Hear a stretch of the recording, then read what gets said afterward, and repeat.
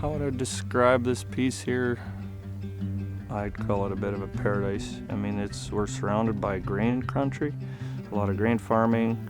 It's in more of the hard grass country. Starting to get a little drier out here than it is further west. When we come down here, it's quiet. I love being out here on the ranch because it's very peaceful, the nature and the wildlife. It's super relaxing. Hi, I'm Jerry Berg. Hi, I'm Dawn Berg. It's good to have you here at the Ribbon Creek Ranch. We've only been here 10 years, but it feels like we put a lot of effort into it. A typical day for me is very diverse. I share my time between here at Ribbon Creek and back home on the grain farm where I live. You know, some days are spent out in the field, some days are spent out here checking the cows. Now during calving time, we're here maybe once a day or every other day checking the cows, making sure everyone's happy. Moving fences, checking and monitoring the grass in different parts of the farm. But there's so many aspects. You know, obviously I have the favorite parts of being out here taking care of the cows, but the work is quite diverse. Yeah, as far as who helps me run it, my family is the biggest. My wife and my children help me a lot. I work with my dad as well. There's many others that are part of a teamwork. For instance, the vets, my nutritionist, my agronomist. I'm here, but there's many others involved that make it successful.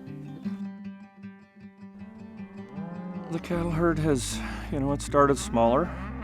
I'm not a big ranch. I'm still just quite a very small ranch. I picked up on this a place or two that you don't have to be a large place to be profitable.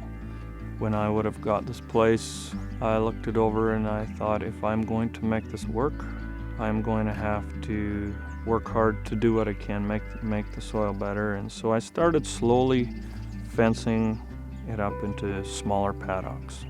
We're trying to mimic what nature does as animals pass through. They process nutrition, put it back on the land, and they stimulate the biology in the soil, which is really what we're trying to do. We're trying to get the biology in the soil more and more active, and the cattle is stimulating the biology in our soil. So it's a slow process, but it does make a difference.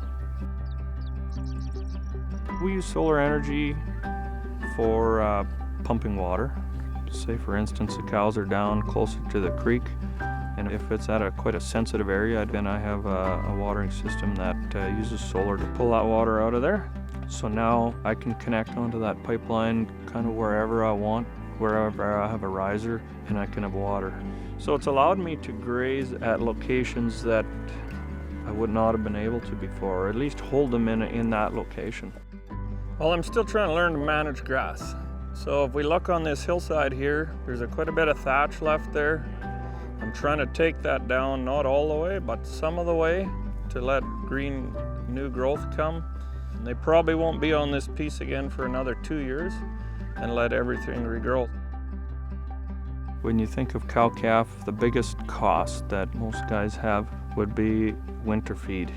So if I can graze as much as I can year-round, cows are out there picking, working for themselves. So, profitability is a huge part of that. When I think of improving the environment, to me it's a daily thing. When I'm going out and observing what's happening. Some days I say, yes, I'll do that again. Some days I say, no, I won't do that again. So it's constant observation. Has it made a positive or a negative impact on the land? I've heard this statement, if you want to make small changes, you change the things you do. If you want to make big changes, you change the way you view things. When I look back, I'd say Foothills Forge and the field days they put on, the conferences they've been involved in, there's a lot of networking with a lot of other producers of like-minded interests. That has made a bigger impact on what's changed my ranch than anything else. And so I became really enthused about it.